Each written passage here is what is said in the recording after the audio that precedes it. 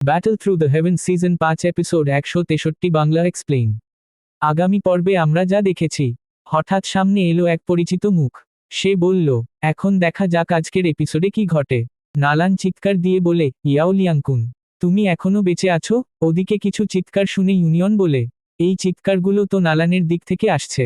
সে দাঁত কামড়ে বলে ওঠে, ওকে ছেড়ে দাও, না হলে আমি নিজেকে ধ্বংস করব, কিন্তু তোমাকেও সঙ্গে নিয়ে মরব। তবে লিউক্যাং সহজেই তার আক্রমণ ঠেকিয়ে দেয়, কারণ তাদের শক্তির মধ্যে বিশাল পার্থক্য ছিল। সে ব্যঙ্গ করে বলে, সেলফ ডিস্ট্রাক্ট? সত্যি বলতে আমি ভয় পেয়েছি, কিন্তু যদি তুমি নিজেকে ধ্বংস করো, তাহলে আমার সামনে আর কোনো উপায় থাকবে না, আমি তখন তোমার প্রিয় শিষ্যদের উপর প্রতিশোধ নেব। এটা শুনে ইউনিয়ন ভীষণভাবে হতবাক হয়ে যায় এবং স্থির দাঁড়িয়ে থাকে। লিউক্যাং আবার বলে, সেক্ট চিফ ইউনিয়ন, তোমার হাতে বেশি সময় নেই ভাবার জন্য। নিরাশ হয়ে ইউনিয়ন অবশেষে নিজের তলোয়ার ফেলে দিয়ে বলে, আমি তোমার সঙ্গে যেতে প্রস্তুত। এটা শুনে লিউক্যাং হেসে ওঠে, কি বলো সেক্ট লিডার ইউনিয়ন, তোমার ভঙ্গি যেন কোনো ভিখারির মতো। তবে কেন এমন কিছু কথা বলো না, যা আমার কানে শুনতে ভালো লাগবে? ইউনিয়ন দাঁত কামড়ে কিছু বলতে যাচ্ছিল, কিন্তু তার আগেই হঠাৎ চারদিকে গর্জন শোনা যায়। সবাই থমকে দাঁড়িয়ে যায়, কোনো ম্যাজিক্যাল বিস্ট নাকি আসছে? তখন তারা দেখতে পায়, আগুনে তৈরি বিশাল পাইথন তাদের দিকে এগিয়ে আসছে। আর তার পাশে দাঁড়িয়ে আছে নালান। এটা দেখে প্রোফাউন্ড স্কাই সেক্টের লোকেরাও অবাক হয়ে যায়। ওয়াও, এটা আবার কি জিনিস? ঠিক তখনই নালান চিৎকার করে উঠল, মাস্টার, আমরা আপনাকে বাঁচাতে এসেছি। ওদের দেখে লিউকাং অবাক হয়ে বলল, নালান, এ তো হেভেনলি ফ্লেম। কিন্তু ঠিক সেই মুহূর্তেই ভয়ঙ্কর হেভেনলি ফ্লেমের আক্রমণ নেমে এল, যেটা থেকে কোনোমতে লিউকাং বেঁচে যায়। কিন্তু এর মধ্যেই পিছন থেকে ইউনান চেঁচিয়ে উঠল, লিউকাং, তুই তো আমার কাছ থেকে কিছু স্পেশাল শুনতে চাইছিলি, তাই না? তাহলে শুনে নে, গো টু হেল। এবং ইউনানের এই আক্রমণের সাথে সাথেই লিউকাংয়ের খেলা শেষ। এ দৃশ্য দেখে প্রোফাউন্ড স্কাই সেক্টের বাকি লোকজন দিশেহারা হয়ে ছুটতে ছুটতে চিৎকার করতে লাগলো, পালাও, পালাও সবাই, সেক্ট শিপে খবর পাঠাও, ফ্লাওয়ার সেক্ট তোমরা শুধু অপেক্ষা করো। কিন্তু তাদের পালাতে দেখে ইউনান ভয়াবহ কণ্ঠে বলে উঠল, কেউ যেন বাঁচতে না পারে, কাউকে আমি ছাড়ব না। তখন নালান এগিয়ে এসে শান্তভাবে বলল, চিন্তা করবেন না মাস্টার, এদের মধ্যে একজনও পালাতে পারবে না। কিছুক্ষণের মধ্যেই জঙ্গলের ভেতর থেকে ভেসে আসতে লাগলো আতঙ্কিত চিৎকার, এখানে এত সাপ কেন? এই বিষাক্ত গ্যাস কোথা থেকে এলো? বাঁচাও, বাঁচাও। ইউনান প্রথমে বিভ্রান্ত হয়ে গেল। তখন নালান ইশারা করে বলল, মাস্টার, দেখুন, এদের বাবা এসে গেছে, মানে শাওইয়ান এসেছে। হ্যাঁ, শাওইয়ানই, যিনি ওদের বাঁচাতে এসেছেন। তাকে সামনে এগিয়ে আসতে দেখা গেল, আর চারপাশে হেভেনলি ফ্লেম জ্বলছে। কিন্তু ঠিক নালানের সামনে এসে হঠাৎ করে শাওইয়ান পড়ে গেল তার ওপর। নালান বিস্মিত হয়ে বলল, আরে, এটা আমার ওপর কেন পড়ছে? মাস্টার তো ওদিকে দাঁড়িয়ে আছেন। কিন্তু তখন শাওইয়ানের মুখ দিয়ে রক্ত বেরোচ্ছিল, আর ভাঙা গলায় বলতে লাগলো, ভালো হলো, আমি দেরি করিনি, তোমরা সবাই নিরাপদে আছো। এই কথাগুলো বলেই শাওইয়ান অজ্ঞান হয়ে মাটিতে লুটিয়ে পড়ল। ইউনান তাড়াহুড়ো করে তার দিকে দৌড়ে গেল।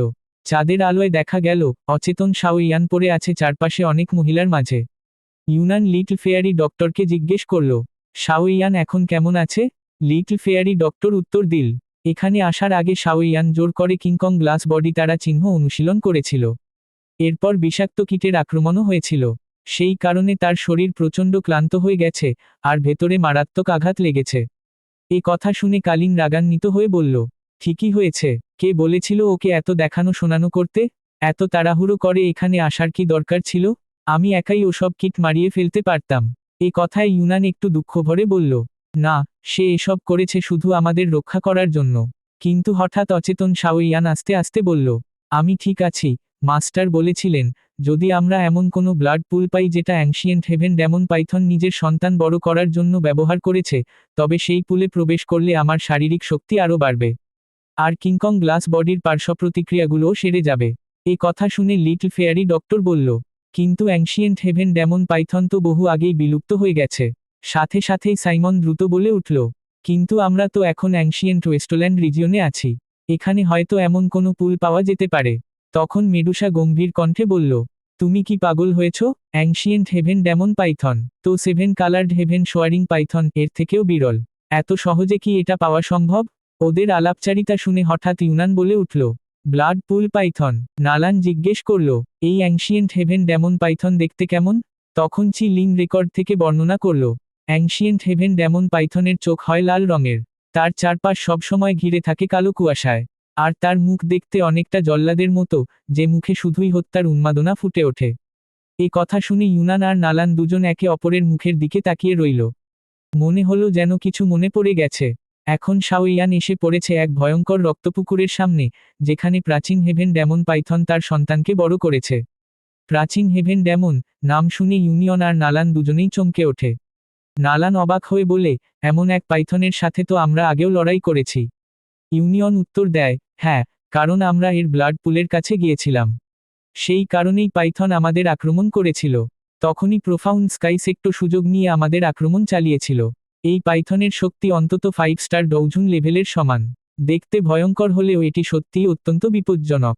এরপর ইউনিয়ন ফ্লাওয়ার সেক্টের সকল শিষ্যদের উদ্দেশ্যে বলে, আমরা ফ্লাওয়ার সেক্ট আমাদের সর্বশক্তি দিয়ে চেষ্টা করব যাতে এই পাইথন ব্লাড পুল থেকে দূরে থাকে, যাতে শাওইয়ান এটি ব্যবহার করতে পারে। সবাই মনোযোগ দিয়ে শোনো, আমাদের প্রাণপণ লড়াই করতে হবে। কিন্তু ইউনিয়নের কথা শেষ হবার আগেই মেডুসা বাধা দেয়, একটা পাইথনকে সামলাতে এত নাটকীয় প্রস্তুতির দরকার কি? চিং লিনও মেডুসার সাথে একমত হয়। ঠিক বলেছ, আমারও কুইন মেডুসার মতোই মতো। এতে ইউনিয়ন কিছুটা অবাক হয়। তারপর মেডুসা তার ধনুক বের করে বলে, চল, আগে একে সামলাই। এরপর সে তীর ছুড়ে দেয়, যা গিয়ে আগ্নেয়গিরিতে বিস্ফোরিত হয়। এই বিস্ফোরণ দেখে নালান আঁতকে ওঠে, এ কি করছে মেডুসা? ইচ্ছে করে পাইথনকে উস্কে দিচ্ছে নাকি? এবং সত্যিই, বিস্ফোরণের পর প্রাচীন হেভেন ডেমন পাইথন গর্জন করতে করতে গুহা থেকে বেরিয়ে আসে। তাকে সামনে পেয়েই মেডুসা এগিয়ে গিয়ে বলে, তোর এত সাহস, এক 7 কালার্ড হেভেন সোয়েলিং পাইথন এর দিকে দাঁত কেলাচ্ছিস? বলেই সে নিজের আসল রূপে রূপান্তরিত হয়, 7 কালার্ড হেভেন সোয়েলিং পাইথন। এ দৃশ্য দেখে প্রাচীন হেভেন ডেমন পাইথনের শরীর কাঁপতে শুরু করে। তারপর ব্লাডলাইন প্রেশার ছেড়ে দিয়ে মেডুসা চিৎকার করে বলে, নিচে মাথা নত করো। ভয়ঙ্কর চাপ সহ্য করতে না পেরে পাইথন আস্তে আস্তে কুঁকড়ে বসে পড়ে। ঠিক তখনই আরেকটি কণ্ঠ শোনা যায়, এই, আমার দিকে তাকাও। পাইথন ঘুরে দেখে চিং লিন দাঁড়িয়ে আছে তার triple Z green snake glover peoples এর সাথে। চিং লিনের শক্তির সামনে পাইথন যেন আত্মসমর্পণ করতে বাধ্য হয়। এ দৃশ্য দেখে নালান খুশি হয়ে বলে, ওয়াও, কি অসাধারণ শক্তি। কিন্তু পাইথন আবারও সামান্য প্রতিরোধ দেখায়। ইউনিয়ন চেঁচিয়ে ওঠে, না, ঠিক হচ্ছে না, এটা আবার প্রতিরোধ করছে। তখন চিং লিন তার 9 হেডেড এনসিয়েন্ট হেভেনলি সার্পেন্ট এর অরা মুক্তি দিয়ে বলে, নিজের সীমা জানো, প্রাচীন হেভেন ডেমন পাইথন। অবশেষে সে পুরোপুরি চিং লিনের শক্তির সামনে নতি স্বীকার করে এবং তার পোষ্যতে পরিণত হয়। এ দৃশ্য দেখে নালান অবাক হয়ে বলে, আরে, এত সহজে বশে চলে এলো? অথচ আমাদের তো পালানোই কষ্টকর হয়ে গিয়েছিল। মেডুসা নেমে এসে বলে, একটা সাধারণ সাপ এই কুইনকে নিজের হাতে নামতে বাধ্য করেছে, এটাই তার জন্য যথেষ্ট সম্মানের বিষয়। ওদিকে তখনও আহত শাওইয়ান চিৎকার করছে, না, এটা ভীষণ বিপজ্জনক, আমাকেই সামলাতে দাও। এ দেখে লিটল ফেয়ারি ডক্টর বলে, আহতদের এখন বিশ্রাম নেওয়া উচিত। এরপর সবাই পৌঁছে যায় ব্লাড পুলের কাছে। লিটল ফেয়ারি ডক্টর অবাক হয়ে বলে, এটাই সেই কিংবদন্তি হেভেন ডেমন ব্লাড পুল। শত বছরেরও বেশি সময় ধরে এই প্রাচীন হেভেন ডেমন পাইথন তার সন্তানদের বড় করার জন্য এখানে অসংখ্য শক্তি সংগ্রহ করেছে। পুলের দুর্গন্ধে মেডুসা নাক মুখ ঢেকে ফেলে। অন্যদিকে চিং লিং উচ্ছ্বসিত হয়ে বলে, এই ব্লাড পুলের এনার্জি ভীষণ হিংস্র আর বিপুল। কোনো মানুষ এটি শোষণ করে নিয়ন্ত্রণ করতে পারবে না। এতে শাওইয়ানও বলে ওঠে, একদম ঠিক, চল, এখান থেকে ফিরে যাই। এই পুলটা ভীষণ দুর্গন্ধময় আর নোংরা। ক্যামেরা দেখায়, রক্তপুকুরে ভাসছে অগণিত কঙ্কাল, আর চারপাশে অস্বস্তিকর গন্ধ। লিটল ফেয়ারি ডক্টর নাক চেপে বলে, আহ, ছেড়ে দাও। হেভেন ডেমন পাইথনের মতো কম আইকিউ এর প্রাণীর কাছ থেকে পরিষ্কার পরিচ্ছন্নতার আশা করাও বোকামি। শাওইয়ানো মুখ ঢেকে বলে, আমার মনে হচ্ছে আমি এখন ঠিক আছি। এই পুলের আর কোনো প্রয়োজন নেই আমার। কিন্তু ঠিক তখনই মেডুসা স্ত্রীর ভূমিকায় এসে শাওইয়ানকে চুল ধরে টেনে নিয়ে বলে, তুমি এত সহজে যেতে পারবে না। চিং লিং শাওইয়ানকে সাহস দিচ্ছিল, তোমাকে তোমার আঘাত সারাতেই হবে। আর এই ব্লাড পুলি সেটি করতে পারবে। তোমার মতো একজন কাল্টিভেটরের জন্য এমন চ্যালেঞ্জের মুখোমুখি হওয়া অপরিহার্য। কম অন, মাস্টার, আপনি পারবেন। কথা শেষ হবার আগেই মেডুসা শাওইয়ানকে জোর করে ব্লাড পুলে ফেলে দেয়। আর শাওইয়ানের কাছে তখন আর না করার কোনো উপায় ছিল না।